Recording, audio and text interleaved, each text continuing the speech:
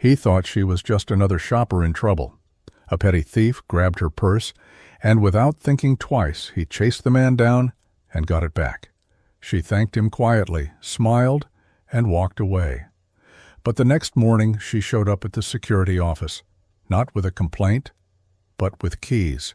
Turns out she wasn't just a customer. She was the new owner of the entire mall, and his life, it was about to change forever. Before we dive in, hit that subscribe button and drop a comment. Where in the world are you watching from? The mall was already humming by 8:45 a.m. Storefront gates rattled open like a row of steel jaws. The floor buffers screeched softly as they polished the tiles to a sterile shine, and a mixture of cinnamon and chlorine wafted through the air. The scent of Auntie Anne's pretzels and bleach never quite separating. Derek adjusted his slightly faded security badge and took one last look in the mirror of the break room. His uniform, while clean, was a little too snug around the arms. He'd been too busy working double shifts to hit the gym like he used to. He ran a hand over his neatly trimmed beard, sighed, and clipped his walkie-talkie to his belt. "Morning, Johnson," he said, as he passed the janitor.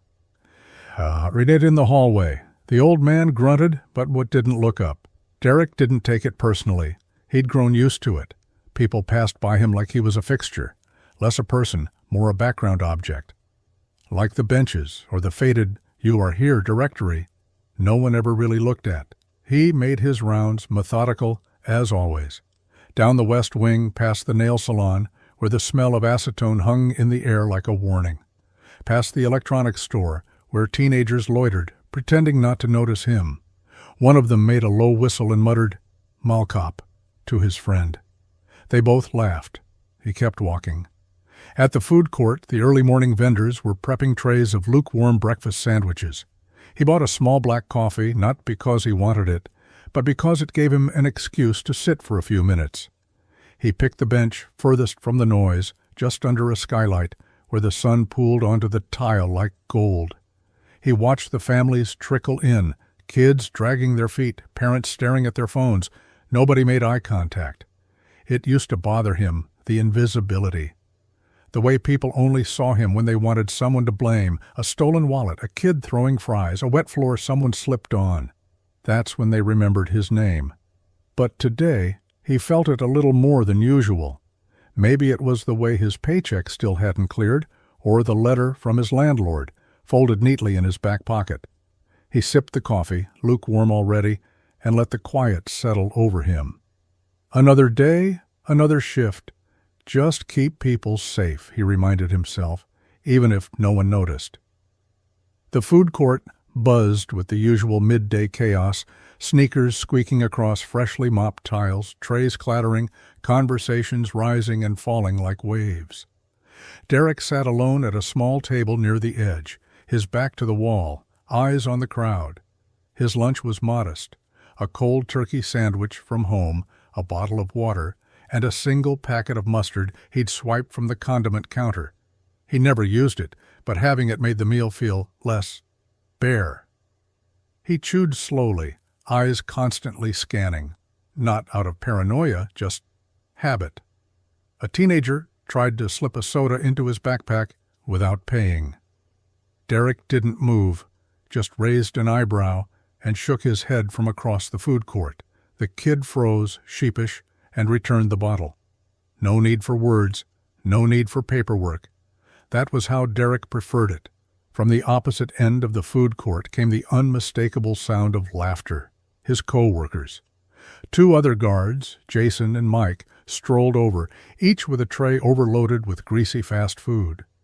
Jason had ketchup smeared on the side of his mouth and an oversized drink in hand. Mike wore his uniform shirt half untucked, looking more like he was on summer vacation than mall duty. "Still playing secret agent, Derek?" Jason smirked, popping a fry into his mouth. Derek didn't answer right away. He simply nodded toward a group of middle schoolers roughhousing near the carousel. "That kid just tripped a girl. Third time this week. Might want to keep an eye on him." Mike groaned dramatically. "Man, you ever turn it off? It's lunch, bro. Sit back, eat. Pretend the world's not going to fall apart if you blink." Derek offered a half smile, not unkind. Someone's got to care. Jason shook his head, laughing. You care too much, man. This ain't the Secret Service. You're guarding Cinnabon and flip-flops. They wandered off, still chuckling, leaving Derek in silence again. He took another bite of his sandwich, chewing slowly. His stomach wasn't in it. He didn't mind the jokes. Not really. What stung more was knowing they'd already written him off. Just a guy who tried too hard at a job no one took seriously. But Derek knew something they didn't. Trouble never knocked. It slipped in quietly while everyone else was laughing, eating, looking the other way. And today, he had a feeling it was already here. He spotted her from across the atrium, small and alone, no more than 6 years old, standing frozen in front of the fountain, like a doll someone had forgotten. Her little arms hugged a stuffed unicorn to her chest, her eyes scanning the crowd, wide and wet. She wasn't crying yet, but she was on the edge of it. Derek set down his coffee without a second thought. The food court melted away behind him as he cut across the polished tile, weaving through distracted shoppers and strollers. He moved with calm precision, like every step was rehearsed, like he'd done this before. And he had. Too many times. He knelt down in front of the girl, slowly, hands visible, voice soft. Hey there, kiddo. You okay? You with someone? She looked at him like he'd spoken a different language. Then her lower lip trembled. My mom was right here, she whispered. I was looking at the fountain and now I can't find her. Derek offered a small smile. We're going to fix that. You want to come with me? She nodded, gripping her unicorn tighter. He offered a hand. She took it. They walked together, tiny footsteps beside his heavy boots, weaving past window displays and sale signs. Derek clicked his radio, gave a quiet update. No panic, no drama. He kept his voice calm and steady so the girl wouldn't sense the tension behind it. It took 10 minutes to find the mother, frantic near the escalators, screaming into her phone. I told her to stay right next to me. I turned around for 1 second. She cut off when she saw her daughter, eyes wide. Oh, my God! The girl let go of Derek's hand and ran to her mother. There was a flurry of hugs, kisses, scolding, relief. The mother barely spared Derek a glance. She wandered off, he said simply, then turned to go.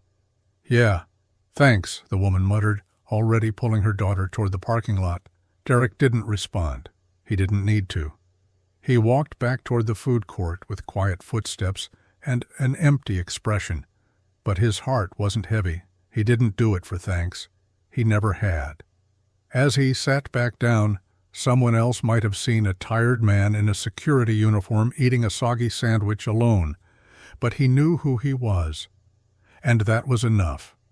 It was the way she moved that caught Derek's eye, not fast, not slow, just deliberate, purposeful, like she was studying something. She wasn't like the other early afternoon shoppers who shuffled aimlessly from one store window to the next, eyes glazed, brains half occupied. This woman's eyes were sharp, darting between storefronts, taking in the layout, the spacing, even the way employees greeted customers. She wore a crisp, camel-colored coat, dark jeans, and ankle boots that clicked softly against the tile with every step. Her hair was pulled back in a loose knot, and in one hand she carried a small black leather notebook. She didn't glance at her phone once. Derek, leaning against the second-floor railing near the escalators, watched her weave through the crowd like she didn't belong to it. She passed the coffee kiosk without breaking stride, paused briefly outside a struggling shoe store, jotted something down in the notebook, and then moved on. She wasn't browsing. She was surveying. He pressed the radio to his shoulder. Dispatch. You got eyes on a female, mid-30s, long coat, black notebook? Upper level? There was a pause, then static. Copy that, Derek. You thinking loss prevention? Not sure yet, he muttered. Just watching. He kept following her from a distance, not in a way that would alarm her, just tracking. It wasn't the kind of behavior that set off alarms, but it didn't match the patterns he'd come to know. She looked at emergency exits, noted the placement of cameras, walked into stores, didn't buy anything, asked short questions, then left. After 10 minutes, she stopped in the center of the atrium and slowly turned in a full circle, notebook in hand, like she was picturing something, calculating. Derek's instincts buzzed, and yet there was no tension in her shoulders, no hurried movement, no telltale signs of shoplifting, casing, or distraction theft. This woman wasn't here to steal a thing. She was here for a reason. And whatever that reason was, it had nothing to do with shopping. As she tucked the notebook into her coat pocket and disappeared down the far corridor, Derek remained still, silent, alert, and more curious than he'd care to admit. Something told him this wasn't the last time he'd see her, and that gut feeling, it was rarely wrong. The scream cut through the murmur of lunchtime chatter like glass breaking. Derek's head snapped toward the sound before the crowd even registered what was happening. In the middle of the atrium, just outside the bookstore, a woman staggered backward, one hand reaching for a shoulder strap that was no longer there. Her notebook clattered to the ground, pages flaring like wings as it slid across the tile. She froze for a second, then spun around. "My bag! He took my bag!"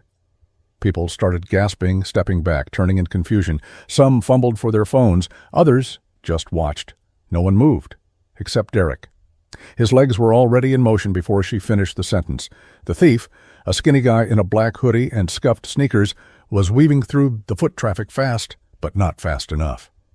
Derek's boots pounded against the floor, echoing across the mall like thunder. The distance between them narrowed with every stride. "Security!" Derek barked, loud enough to make heads snap and people stumble out of the way. The thief didn't slow. He ducked under a velvet rope line, shoved past a couple near the pretzel stand, and sprinted toward the service corridor near the restrooms. Derek veered left, cutting off the corner. He knew this building better than anyone. Every shortcut, every blind spot, every dead end. The thief darted through a side hallway, thinking he could lose him in the maze behind the food court. Wrong move. Derek pushed harder, adrenaline surging. The hallway narrowed. A steel door slammed open ahead. The thief was nearly at the emergency exit until Derek lunged. The tackle hit like a train. They both crashed to the ground, the thief's shoulder smacking the tile hard enough to knock the wind out of him. Derek pinned him fast, one knee in his back, one hand on the bag. "You're done," Derek muttered, breath sharp but controlled. "Don't move." The thief writhed once, then went still. By the time mall security backup arrived, Derek was already standing, the stolen purse clutched in one hand. No scratches, no damage. He didn't speak, just handed the guy over and turned around, heading back through the corridor with the bag swinging at his side. He didn't even notice the crowd that had formed near the atrium, or the woman standing frozen, eyes wide, but she noticed him. And in that moment, everything quietly began to change. The moment the thief bolted, the mall erupted. Tables clattered, trays crashed to the floor, and a woman screamed as the man in the black hoodie shoved past her, nearly knocking her over. Derek's boots hit the tile with force, his lungs locking into a steady rhythm. This wasn't a drill. This was real, and he didn't hesitate. The thief sprinted into the food court, weaving through rows of tables and startled shoppers. Chairs scraped, kids cried, and phones flew into shaky hands. Derek didn't yell. He didn't waste breath. He focused on the back of that hoodie, black, against a blur of color and chaos. He cut corners tight, jumping a knocked-over chair, dodging a distracted teenager who hadn't even realized what was happening. The thief took a sharp left, heading toward the escalator. Derek cursed under his breath. If the guy got down to the lower level and hit one of the side exits, it'd take minutes to loop around. Minutes he didn't have. But the thief didn't wait. He leapt onto the down escalator, skipping steps 2 at a time. Derek didn't follow him. He jumped the divider and ran down the adjacent up escalator, moving against the flow, the teeth of the metal stairs biting at his boots. He cleared the last step with a grunt and landed on the first floor, just as the thief hit the bottom. Now they were level. The chase turned tighter, past the video game store, around a mother pulling her toddler out of harm's way. down the side corridor where fewer people walked, where the security cameras had blind spots. Derek's breathing got harder, heavier, but he didn't slow. His legs burned. His shoulder throbbed from where he'd clipped a kiosk on the turn. But the thief was just ahead now, nearly at the metal doors that led to the loading bay. If he got outside, not happening. Derek pushed forward, closing the last 5 feet, then 3, then 1, and launched.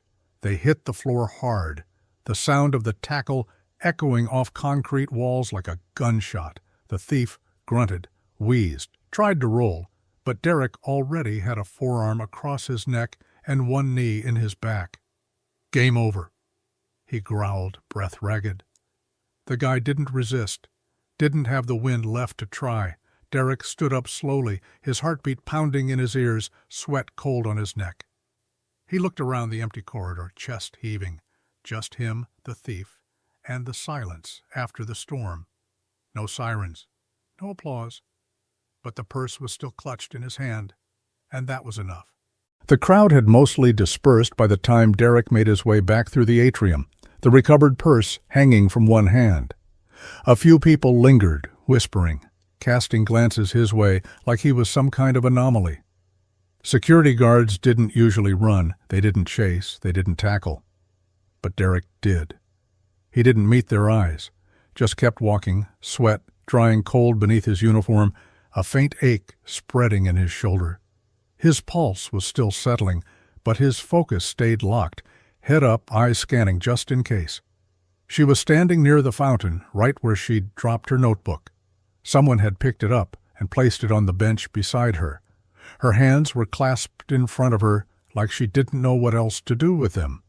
She looked composed, at least on the outside. But Derek had seen real fear, and it was still in her eyes, buried beneath the practiced calm. He approached slowly, offering the bag without ceremony. "Everything's in there," he said. "Didn't even get the zipper open." She stared at the purse for a second like she wasn't sure it was real. Then she took it with both hands, clutching it tightly to her chest. A long silence stretched between them before she finally found her voice. Thank you," she said, quiet but firm. You didn't have to run after him like that." Derek gave a small shrug. "Sure I did," she blinked. "Why?" He glanced around the mall, then looked back at her. "Because it's my job," he said simply, "and because people deserve to feel safe in places like this." A flicker of something crossed her face. Surprise, maybe, or something deeper, like she hadn't expected anyone to say that, especially not someone like him.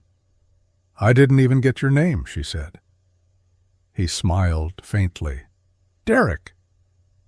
She opened her mouth like she was about to say more, but before she could, his radio crackled with static, and a voice barked, "Derek, copy? We need you by North Hall entrance. Possible shoplifting." He raised the walkie. "On my way." Then he turned, giving her a small nod. "Take care." And just like that he walked off. Back to the noise, back to the routine, back to being invisible. But behind him she stood still, watching him go, bag in hand, her eyes fixed on something she couldn't quite name. And for the first time, she didn't write anything in her notebook. The moment was quiet again. The chaos had faded, swallowed by the mall's usual rhythm, people buying, selling, wandering. The air felt thinner now, as if the collective breath everyone had been holding had finally been exhaled. Derek didn't care about the lingering stares or the security staff that finally showed up late, asking too many questions with not enough urgency. She was still there, standing with the purse clutched tight to her side. Her shoulders were square now, tension melted into a kind of curious disbelief. She watched him carefully, like she was still trying to figure him out. "No paperwork?" she asked, stepping beside him as he moved toward the far corridor. "No incident report? No signature or statement or whatever security people usually do?" Derek paused just long enough to glance over his shoulder. "Nah," she tilted her head. "Why not?" He gave her a faint smile. "Guy didn't get far. Didn't hurt anyone. You got your stuff back. No need to make it a production." You chased him through half the mall. Derek shrugged like it was nothing, like his ribs didn't still ache from the fall, like he hadn't just sprinted harder than he had in years. Just doing what I'm paid to do. She studied him a second longer, then extended her hand. I'm Claire. He looked at her hand, but didn't take it. Not out of rudeness, just habit. He nodded once, polite, detached. Nice to meet you. You're not going to give me your name? I'm just the guy who got your bag back. But you... He cut her off with a gentle chuckle. Look, I'm glad you're okay. That's all that matters. And with that, he turned.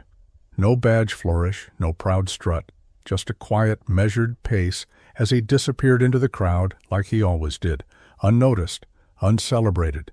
Claire stood frozen, the noise of the mall returning like a tide around her.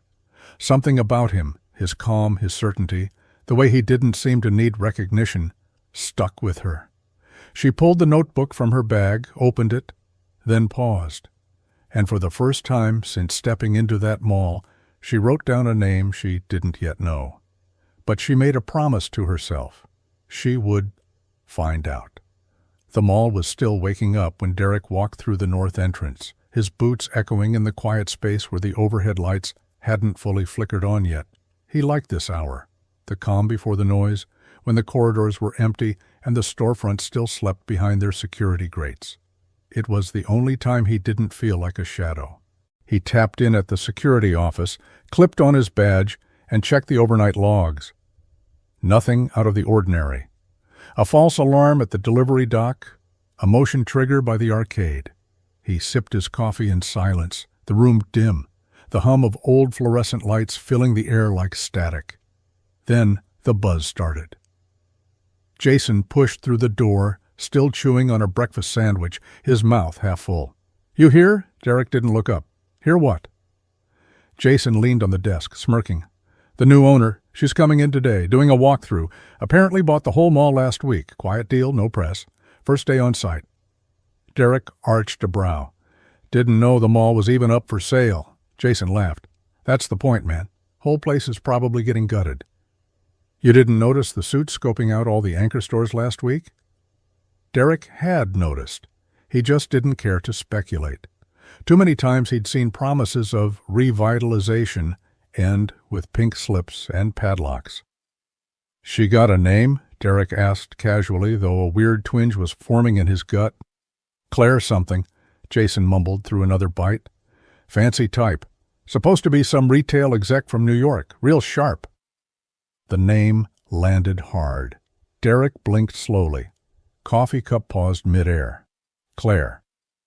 Jason didn't notice. He just kept talking. They're making a big deal about it. Want everything looking spotless. Ops manager is already in a panic. Told us no slouching, no food at stations, no side conversations. Derek set the cup down. So, we're pretending this place runs smooth for a day? Jason grinned. Exactly. Don't screw it up, hero. But Derek didn't respond. His mind was already somewhere else, back to the way she looked yesterday, poised, quiet, watching everything. He hadn't expected to see her again. He definitely hadn't expected her to own the building. And now? Now? He wasn't sure what the hell was coming next. The knock on the door wasn't polite. It was a bang, sharp and urgent, followed by the heavy clomp of fast-moving heels on tile. The security break room door flew open, and in strode Marcy Benson, head of mall operations, clipboard clutched like a weapon, and a scowl etched deep into her face. Everyone straightened instinctively. Even Jason sat up, dropping the half-eaten muffin he'd been balancing on his knee. Derek remained where he was, arms folded, leaning against the far wall, eyes quietly tracking her movement. All right, listen up, Marcy snapped, sweeping the room with a glare that dared anyone to blink. Today is not the day to screw around. We are officially under inspection. The new owner is in the building. She's walking every corridor, looking at every corner, and watching every single one of you. Jason raised a hand half-heartedly. Is she going to quiz us or something? Marcy spun toward him like a missile. If she does, and you say something stupid, I swear to God, I'll reassign you to bathroom checks for a month. Jason's hand dropped. She turned back to the group. No gum, no personal calls, no leaning, lounging, flirting, or disappearing. You're not just security today. You're the face of the mall. So make it look good. That means clean uniforms, full patrols, and for God's sake, try not to act like you've never held a job before. Derek said nothing. His uniform was always pressed. His patrols were always complete. He didn't do the job halfway, didn't know how. Marcy's eyes landed on him, just for a second longer than the others. She didn't say anything. But the silence between them said enough. He saw the subtle shift in her expression, the reluctant respect, maybe, or just the awareness that if anyone here made them look good, it would be him. "Dismissed," she barked. "And remember, she's not just here to look. She's here to decide who stays and who goes." That part landed heavier than the rest. The room emptied slowly, murmurs rising as guards shuffled back to their posts. Derek stayed a moment longer, watching Marcy scribble something on her clipboard before storming off again. Who stays and who goes? The words echoed. Not that he was afraid, not yet. But now he knew this wasn't just a walkthrough, this was a test, and someone somewhere was keeping score. The mall felt different, not louder, not busier, just charged, like something was about to shift, and everyone could feel it, even if they couldn't explain why. Derek stood near the atrium railing, sipping his second cup of coffee, trying to shake the creeping sense that today was going to unfold in a way he hadn't prepared for. Then the elevator dinged. He barely glanced at it. Another department manager, maybe, or one of the upper-level execs playing dress-up for the new boss. But when the doors slid open, he froze. There she was, Claire. Same poised stride, same calm, calculating eyes. Her coat today was navy, tailored to precision, heels clicking with quiet authority. She wasn't carrying the notebook this time, but she didn't need to. Every step screamed purpose. A small team of suits flanked her, trying to keep up, whispering updates, pushing tablets into her hands. But she didn't look at them. She was already scanning them all. And then her eyes landed on Derek. He straightened without meaning to. The coffee cup in his hand suddenly felt stupid, and for a half-second he actually considered setting it down on the floor like some awkward kid at a school dance. Claire slowed. Her entourage kept moving for a beat too long before realizing she'd stopped. She turned slightly, her eyes locking with Derek's like she'd been expecting him. He nodded, polite, neutral, the way he would for any other passerby. She smiled, not the polite one, not the one she used yesterday when she thanked him for retrieving her bag. This one was quieter, personal. Derek swallowed hard. Jason elbowed him from behind, not even hiding the grin. "Dude, is that her?" "Yep," Derek muttered. "The bag lady. She's the new owner." Jason blinked, stunned. "Bro!" Derek didn't answer. His chest was tight, heartbeat ticking up, not from nerves, from something else. That strange, low hum of realization that the game had changed. He thought he'd done a good deed and walked away. But Claire? She hadn't forgotten a thing. The office smelled like burnt coffee and old carpet cleaner, the usual scent cocktail of a place no one ever really cleaned, just wiped down in passing. Derek sat hunched over a maintenance log when the knock came. Not the usual sharp rap from his supervisor, but a soft, composed tap. Precise. Intentional. He looked up. Claire stood in the doorway. The hallway behind her was quiet, the kind of quiet that felt arranged. Her coat was off now, revealing a slate-gray blouse, elegant but unassuming. Her eyes moved around the room for half a second before landing on him again. "Got a minute?" she asked. Derek blinked. Sure." She stepped in, closed the door gently behind her. No assistant, no entourage, just her. He stood, out of instinct more than anything else. Suddenly the coffee stains on the file cabinet behind him felt louder. The rip in the chair cushion looked bigger. He wasn't used to people like her in rooms like this, not when they weren't yelling. Claire folded her arms, leaning casually against the filing cabinet, like she wasn't the owner of everything above and below them. "I didn't get a chance to say thank you. Not properly," she said. Derek shook his head. "I told you. It was nothing." "It wasn't nothing," she said, voice firm but warm. "You chased a man down in a full mall, recovered my bag, didn't ask for credit, didn't even give me your name." He hesitated. People don't usually ask." "Well, I am." Her tone held weight, not demand, not authority, something quieter, more human. "Derek," he said finally. "Derek Hall," she smiled. "Nice to officially meet you, Derek." He felt like he should say something more, but the words got caught somewhere between suspicion and confusion. Why was she here? What did she want from him? Claire glanced around the dingy office, then back at him. "You've worked here long?" "Couple years," he said. "Before that, other malls, same kind of thing." She nodded slowly, thoughtful. "You're good at your job." He didn't know how to respond to that, not when it came from the person who signed every paycheck in the building. He just managed to quiet. "Thanks." There was something in the way she looked at him, like she was studying a detail she didn't expect to find. Not the uniform, not the badge. Him. And for the first time in a long time, Derek didn't feel invisible. He felt seen. Claire didn't leave right away. She stood there a moment longer, arms still folded, her gaze thoughtful, like she was deciding whether to say something else or let silence do the work.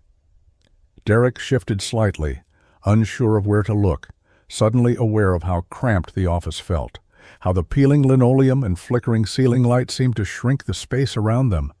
"Can I ask you something?" she said finally. Derek shrugged. "Sure. What's your story?" He let out a soft, dry chuckle. "What, like a movie pitch?" Claire gave a half smile. "I'm serious. You don't act like a guy just killing time between paychecks." Derek looked down at the desk. The maintenance log still sat open, half a line filled in, his pen resting beside it. He considered brushing it off, playing it cool. That was the easy route, the one that didn't make him vulnerable. But something about her tone, curious, not condescending, disarmed him. "Not much to tell," he said finally. "Just work, rent, sleep, repeat." "Come on," she said softly. "That's not a story. That's a schedule." He sighed, leaning back slightly against the wall. "Used to think I'd be a cop. Took a couple courses after high school, even got through the first round of academy interviews. Then my mom got sick, early onset Alzheimer's. I dropped out to take care of her. That was 6 years ago." Claire's expression softened. "Been doing mall security ever since," he continued, voice steady but distant. "Pays enough to keep her in a decent facility. Not great, but it's safe, stable." She nodded, slow and deliberate. "And what about you? What do you get out of it?" He shrugged. "Peace of mind, I guess, that she's okay." There was a pause, quiet and heavy. Then he added, almost as an afterthought, "Landlord's been breathing down my neck. I'm a couple weeks behind, thinking about picking up night shifts somewhere else." Claire didn't speak right away. Her eyes didn't waver, though. She wasn't judging him. She was listening, really listening. "Still," he said with a small, tired smile, "beats doing nothing." And just like that, Derek folded the conversation shut like an old letter, creases worn, corners frayed. Because some things, no matter how much pain they carried, weren't meant to be read out loud, not all the way. Claire didn't glance at her watch once. That alone told Derek something. People in her position usually had their eyes glued to the time, always calculating what came next.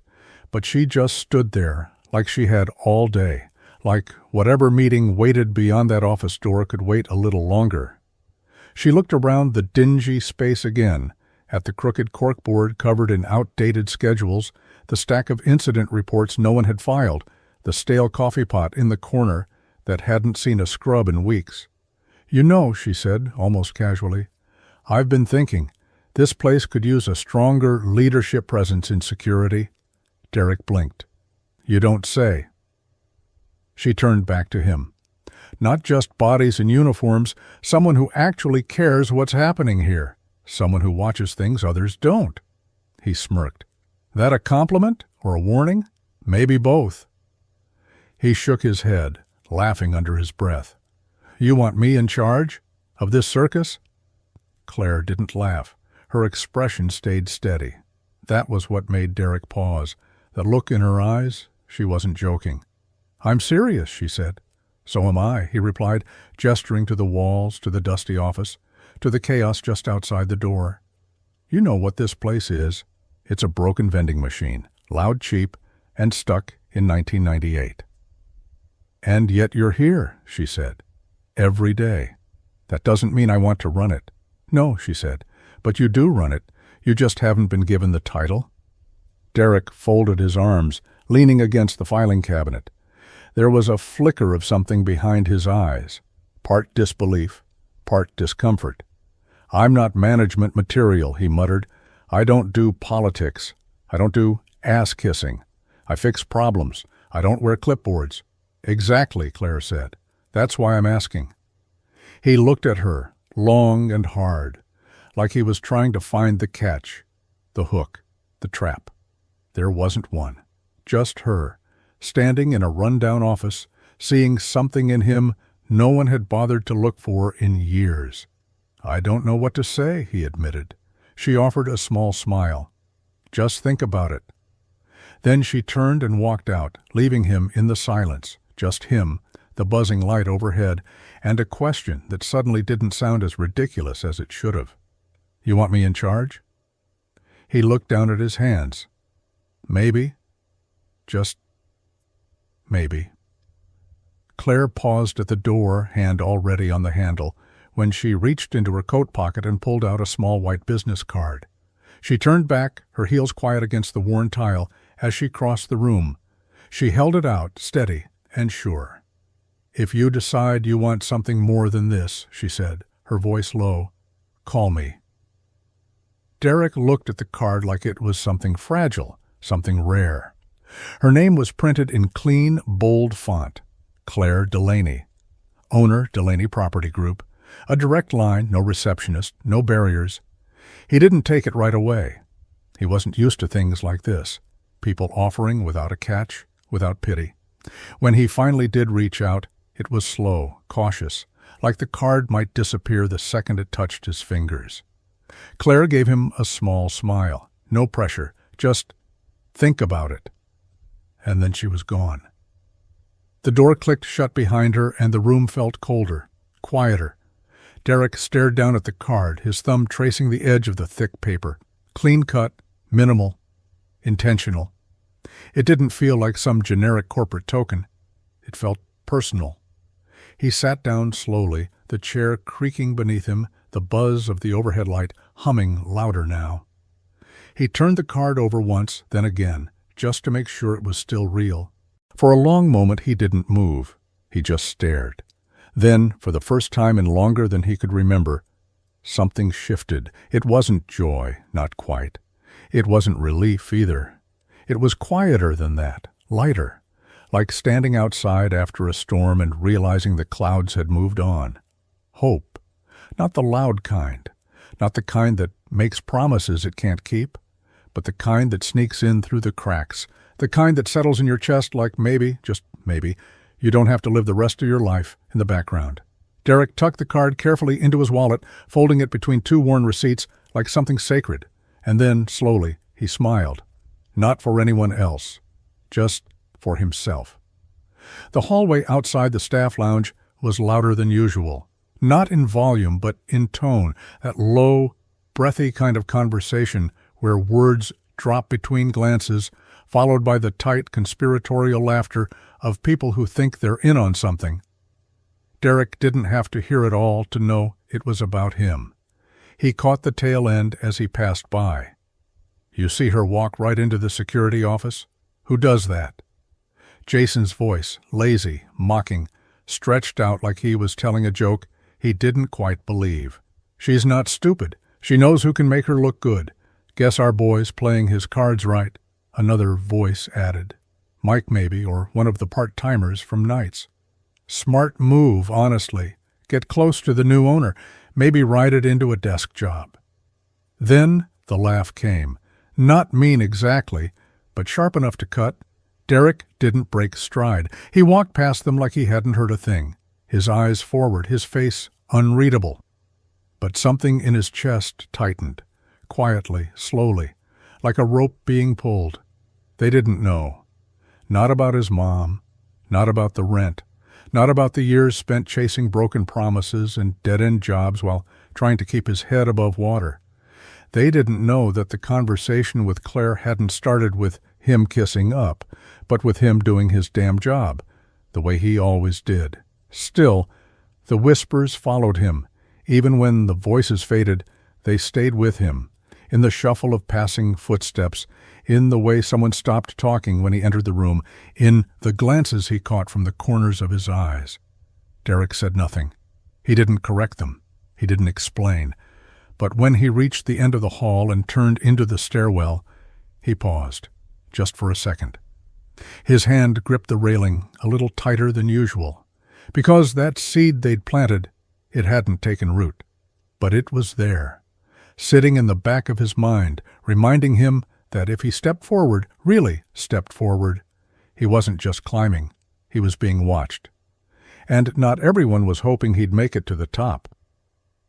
The care home was quiet, the kind of quiet that never felt peaceful, just padded and slow, like sound didn't have the strength to echo anymore. Derek buzzed in through the main doors, nodded at the nurse at the front desk, and walked the familiar path down the hallway, lined with soft yellow lights and framed paintings that hadn't changed in years. Room 214, second door on the left. He pushed it open gently. His mother sat by the window, her silver hair brushed neatly, her hands folded in her lap. She was staring out into the small garden beyond the glass, where a lone bird feeder swayed in the breeze. She didn't turn when he entered. She rarely did these days. "Hey, Ma," he said softly, setting down a paper bag with her favorite cookies and a small potted plant he'd picked up from a stall outside the mall. She blinked slowly, but didn't respond. He didn't take it personally. He pulled a chair beside her and sat down, letting the silence stretch out. There was no need to fill it. She wasn't the same woman who used to lecture him for leaving his boots by the door or staying out past curfew. Alzheimer's had taken pieces of her slowly, like a thief that never rushed. Derek reached over and gently placed the plant on the windowsill. "I remember telling you when I was 12 I was going to be a cop," he said quietly. "Said I'd be the one cleaning up the streets. You laughed and said I'd make a good one, but only if I learned to stop rolling my eyes at everything." He chuckled softly. She didn't. "I did try, Ma. Signed up for the academy. Passed the first rounds. Was even ready to leave for training, but then you forgot my name one morning." His voice caught just a little. "Life didn't go that way." She finally turned to look at him. Her eyes were tired, but they landed on his face like maybe, just maybe, they recognized something. Not his name, not the man, but the shape of him, the weight of love that never went away. He smiled gently. "That's okay, though. I still wear the uniform, just a different one." And for a moment it felt like enough.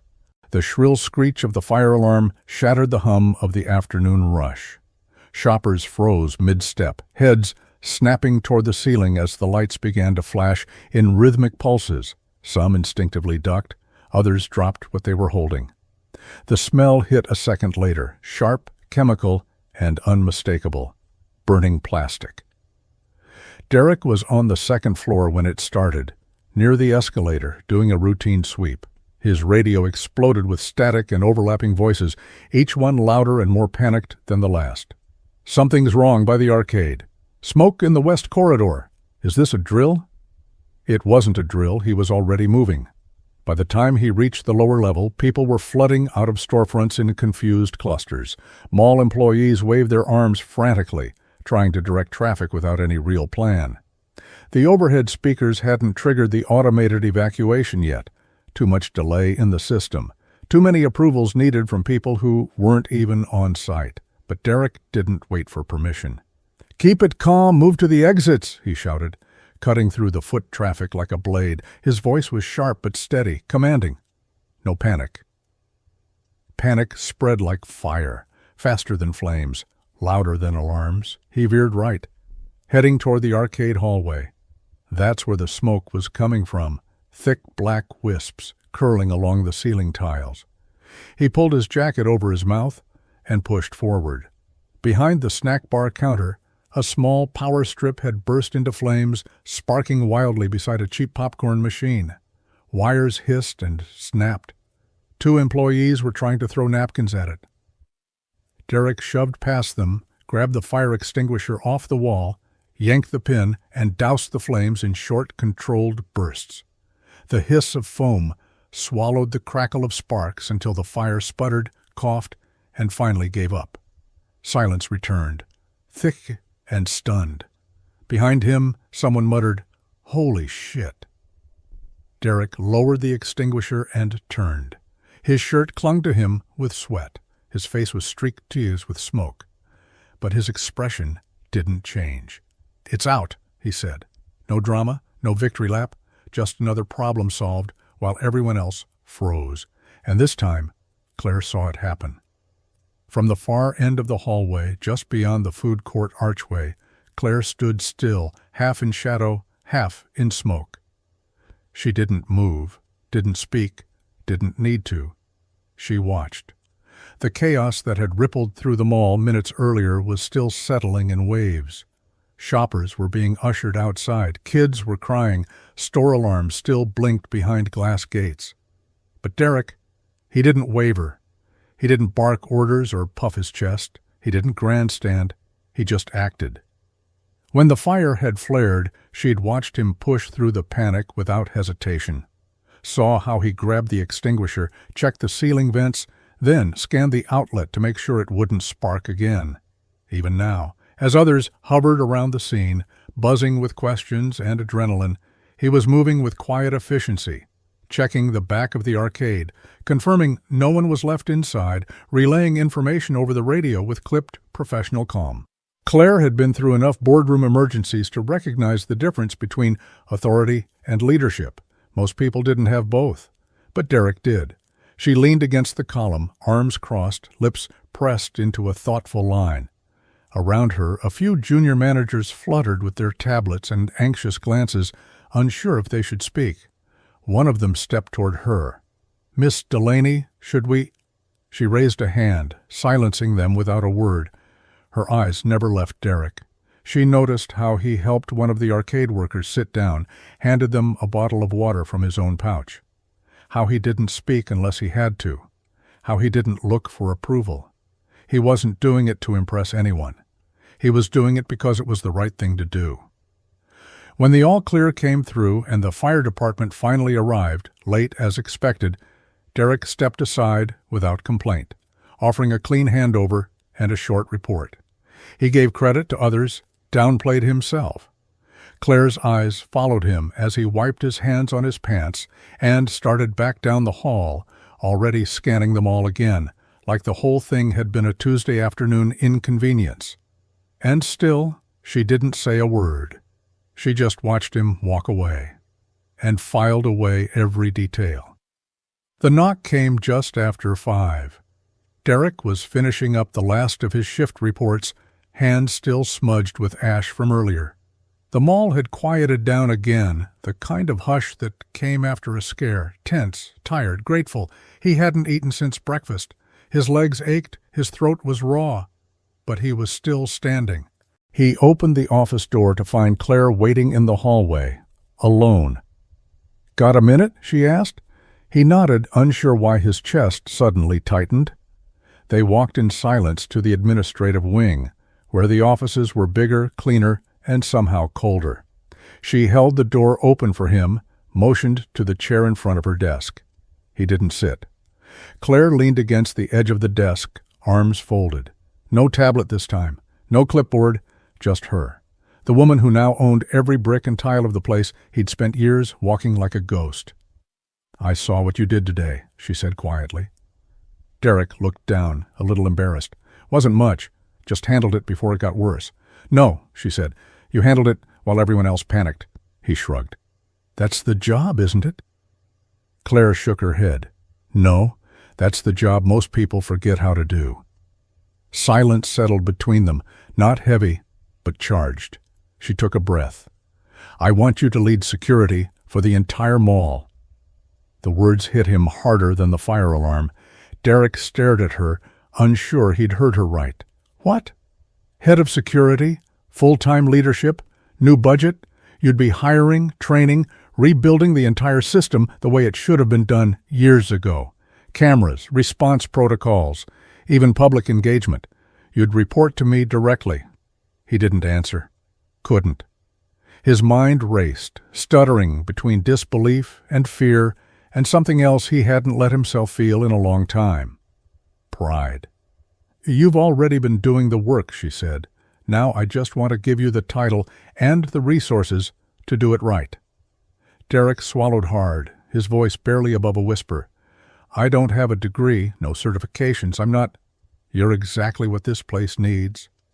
He didn't know what to say, so he stood there, stunned, in a room where everything had just changed. And for once, the silence wasn't uncomfortable. It was sacred. Derek stood in the center of her office, the offer still ringing in his ears like an echo he couldn't shut off. He wasn't blinking. He wasn't breathing right. Just stuck.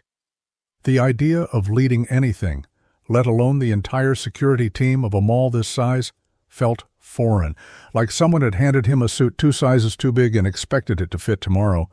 He shifted his weight, rubbed the back of his neck, and finally spoke, voice quiet but heavy. I don't know if I can. Claire didn't flinch. She didn't tilt her head or smile politely or fill the air with reassurances like most corporate people did when they were trying to push paperwork through a scared man's chest. She just looked at him, calm, clear. You already are. Derek let out a soft, humorless laugh. You don't know that. I do, she said. I watched you. That fire could have gotten worse, he muttered, eyes drifting toward the window. I didn't know if the extinguisher would be enough. I didn't even check with the command board before I moved. Technically, I broke protocol and saved a corridor full of people in the process. He paced once slowly, his boots echoing too loud on the polished floor. I've never led a team. I've never given orders. I've spent years trying not to be seen, trying to keep my head down, stay out of the way. And yet everyone looked to you today, Claire said. Not because they had to, because they trusted you to act. He stopped. That word, trusted, sat different in his chest.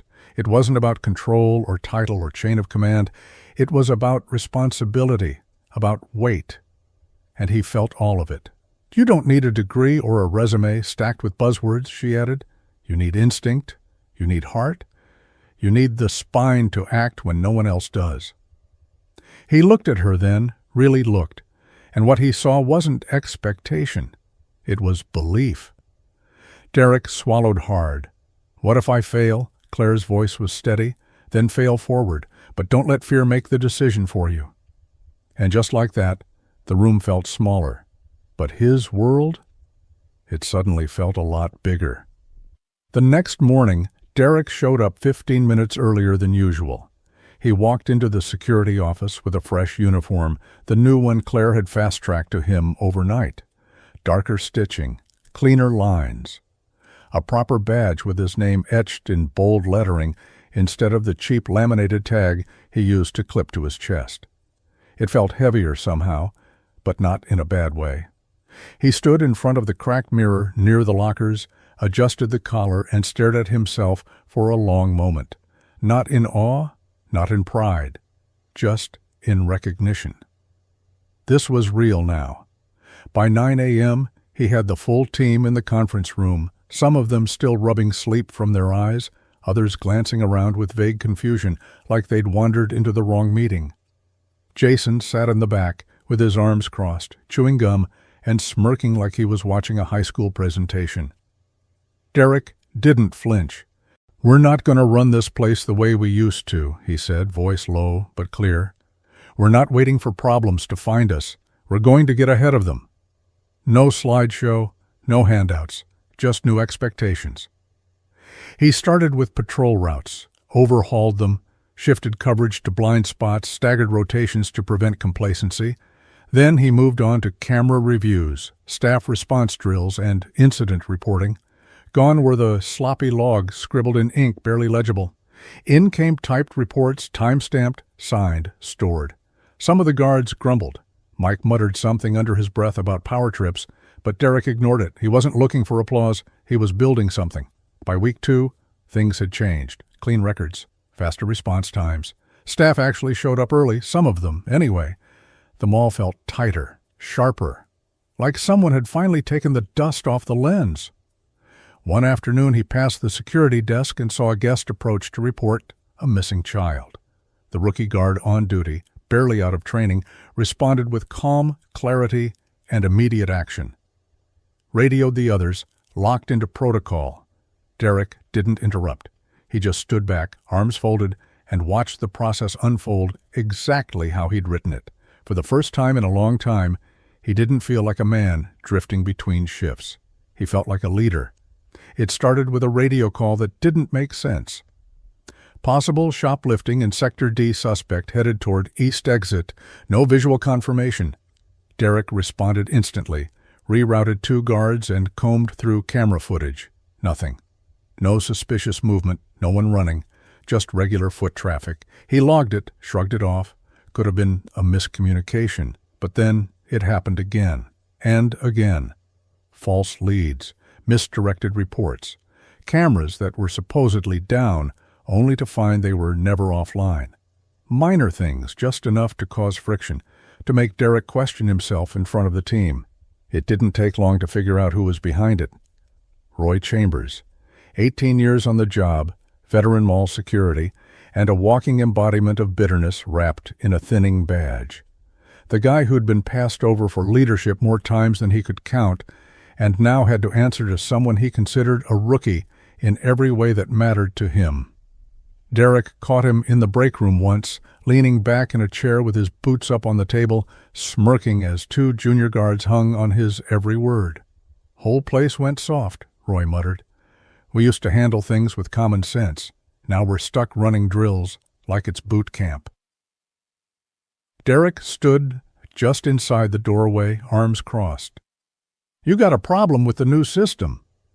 Roy didn't even flinch. "Just think it's funny. Place runs fine for years, and suddenly we're taking orders from a guy who tackled one purse snatcher and thinks he's Jason Bourne." The silence that followed was thick.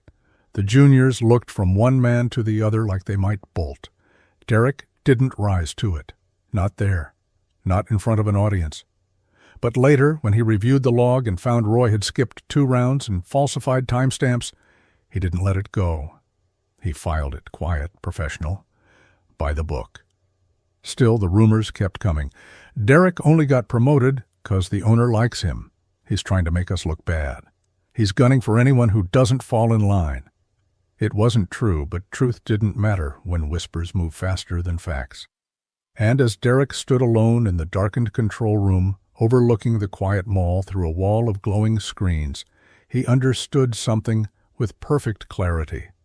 Leadership didn't come with a badge. It came with resistance. Roy was waiting for him in the lower corridor near the loading docks, leaning against the wall like he owned the place. Cigarette between 2 fingers, even though it was against policy. He didn't bother hiding it when Derek walked up. If anything, he looked amused. Derek didn't speak at first. He just stared at him, silent, unmoving. "Something on your mind, boss?" Roy asked, the word laced with mockery. Derek's eyes dropped to the smoke curling in the air, then back to Roy.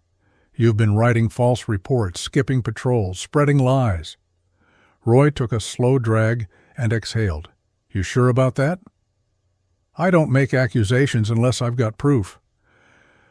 A flicker crossed Roy's face. Not fear, just recognition. He knew he'd been caught. "So what?" he muttered. "You gonna write me up? Call Claire? Tell her the bad man's being mean?" Derek didn't flinch. "No, I'm gonna tell you face to face." Roy straightened slightly, his smirk thinning. "I didn't ask for this job," Derek said. "I didn't campaign. I didn't shake hands or play politics. I did the work. Every day." while you coasted on a patch and a memory of how things used to be. Roy said nothing, but the tension in his jaw was sharp. Derek stepped closer, not aggressive, just grounded, solid. I earned this, every inch of it, and I'm not backing down because it makes you uncomfortable. You think you're better than me? Roy growled. No, Derek said calmly, but I do think I'm the one doing the job, and if that bothers you, you've got two options: shape up or step aside. The silence between them crackled. Derek turned to leave, then paused. Next time you put this team at risk with a false alarm or a skipped sweep, I won't pull you aside. I'll write it up. I'll send it to Claire myself. Roy didn't answer, didn't nod, just stood there, the cigarette burning down to his fingers. Derek walked away without looking back, not because he needed to prove anything, but because the only way to lead was forward. The banners hung from the upper rafters like a promise: New Horizon Mall, safer, stronger together. The grand reopening had been marketed for weeks, splashed across local radio spots, flyers, and the mall's freshly updated website. But the real transformation wasn't in the ads or the new lighting. It was in the bones of the place, the way it felt when you walked inside: cleaner, calmer, watched, but not in a cold way, like someone was finally paying attention. And at the center of it all was Derek. He stood near the main entrance, greeting people as they filed in: parents with strollers, teenagers with skateboards tucked under their arms, seniors who'd been walking those same halls since the 90s, all of them stepping into a place that finally looked like it gave a damn about them. Derek's new uniform was tailored, crisp, midnight navy with subtle silver accents, his badge polished to a shine. His nameplate no longer said security officer, it said Director of Safety Operations. It didn't change how he carried himself, same calm walk, same steady eyes. But people noticed now. They stopped. They thanked him. He didn't know what to do with the attention, not really, but he met it with quiet nods and a few firm handshakes. The new protocols rolled out like clockwork, clearly marked safety zones, emergency call stations, first aid kiosks, patrol rotations coordinated down to the minute. His team moved like they belonged here, not bouncers, not background noise, but guardians of the space. Near the food court, a local nonprofit had set up a booth, offering child ID cards and community watch resources. That was Claire's idea. She had stood beside Derek earlier that morning and said, "Security doesn't start with a badge. It starts with trust." He believed that now, not because it sounded good, because he'd built it. As the afternoon crowds grew, Derek stepped up to the second-floor balcony and looked down at the heart of the mall. Kids laughing, storefronts bustling. A little girl waved to him from the carousel below. He waved back. And in that moment, it didn't feel like just a mall anymore. It felt like a second chance, for everyone, including him. The stage was small, tucked beside the new information kiosk near the atrium, flanked by fresh planters and polished tile. Nothing flashy, no spotlight, just a simple microphone, a podium, and a crowd that had slowly gathered as word spread that the new owner was about to speak. Derek stood off to the side, just beyond the velvet rope, hands clasped behind his back. He didn't love crowds, never had. He preferred the view from the edge, where he could scan and measure without being seen. But today, something felt different. Claire stepped up to the mic. She wore a fitted blazer, sleek and simple, with her hair pulled back. Not trying to impress, she didn't need to. Her presence alone drew people in. The room hushed the second she took the podium. "Thank you all for being here today," she began. "When we began the process of revitalizing this mall, it wasn't just about updating storefronts or adding brighter lights. It was about restoring something deeper, a sense of safety, of dignity, of community." She'd let the words settle, scanning the faces in the crowd. We often overlook the people who keep things running, the ones who show up early, stay late, who handle the chaos when others run from it. We see the flashy jobs, the big titles, but we forget the foundation, the people who hold the line. Derek shifted slightly. He knew what was coming. Somehow he still wasn't ready. One of those people is someone you've probably walked past dozens of times without noticing. Someone who never asked for recognition but earned it in every step he took. When a woman was attacked, he ran. When the fire alarms went off, he acted. When this place needed leadership, he didn't wait to be asked. He showed up. She looked directly at him then. "Derek Hall, would you come up here, please?" He froze for just a second. Then he moved. The crowd began to clap, soft at first, then building. As he stepped forward, heads turned. People smiled. Some whispered his name. He didn't look for the attention. He didn't puff his chest or wave. He just stood next to Claire, eyes steady, jaw tight. And in that moment, under the soft hum of the atrium lights, he felt something he hadn't felt in years, like he mattered, for real. The applause didn't stop. It grew, rising in a wave that filled the atrium and echoed off the high glass ceiling. For once, it wasn't for a pop-up store grand opening or a holiday performer in a Santa suit. It was for a man in a navy blue uniform who had spent years blending into the background. Derek didn't know where to look. The lights above the stage suddenly felt too bright.